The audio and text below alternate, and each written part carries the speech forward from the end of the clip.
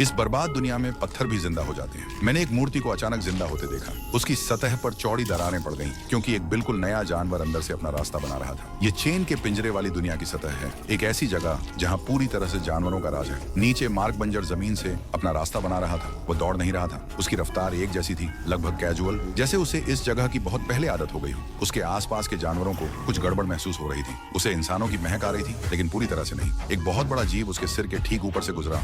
उसके पैरों के नीचे मैनिफेलियां खिल रहे थे। इस जमीन का एनर्जी सोर्स जानवर एक एक करके लाइन में लग गए और उन्होंने जो एनर्जी इकट्ठा की थी उसे बदल दिया। जो मॉन्स्टर कभी इंसानों को डराकर भगा देते थे, अब वे आज्ञाकारी मजदूरों की तरह काम कर रहे थे, टाइम पर काम कर रहे थे। बाई और मैं ऊपर से परछाई में छिपे हुए नजर रख रहे थे। किसी भी जानवर ने हमें नोटिस नहीं किया, क्योंकि हम में से हर एक के इमोशन पूरी तरह से बंद थे। हम इसे ओरिजिन पर लौटना कहते हैं, और यहाँ रहने की कीमत है अपनी लाइफ एनर्जी को मैनीफ्लावर को खिलाना। एक लाल फूल ने अपनी बेलें मार्क के शरीर में घुसा दी।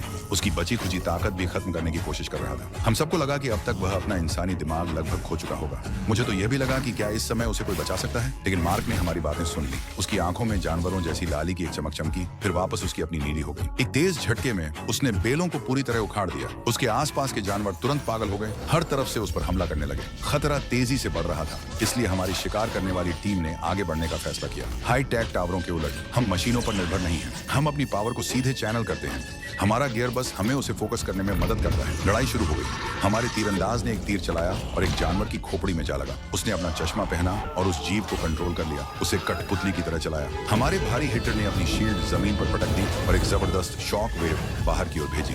हमारा मिशन आसान था, लाइफ एनर्जी सप्लाई लाइन काट देना। मैंने फिर से सिग्नल दिया। तीरंदाज ने एक और गोली चलाई और एक पूरी चट्टान गिर गई, जिससे आने वाली सेना का रास्ता रुक गया और हमें वह समय मिल गया जिसकी हमें बहुत जरूरत थी।